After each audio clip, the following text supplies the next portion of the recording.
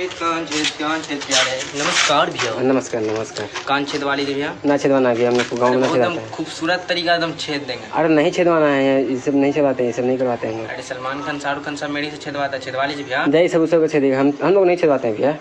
अरे बहुत खूबसूरत बना देंगे भैया। अरे नहीं छेदवाना, काले तो रो के बोल रहे हो, हमको नहीं छेदवाना है। दुनिया में रहना है तो कान छेदवाना पड़ेगा। कान छेद कान छेद कान छेद। अरे पगला रखा है जी, काले लंथन पकड़े जाओ नहीं ऐसे। अरे मटेरियल देखिए ना भैया, बहुत दम बेहतरीन बेहतरीन मटेरियल रखे हैं, देखिए।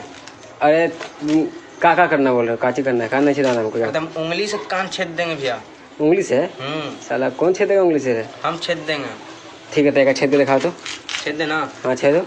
अच्छा 80 रुपया लगता है, मगर 70 रुपया दे दीजिएगा आप। अच्छा ठीक ठीक, छेदो छेदो। अच्छा छेद दीजिए ना, दम खूबसूरत बना देंगे आपको दम।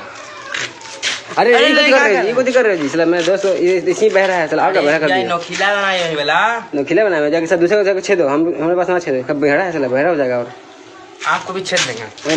मार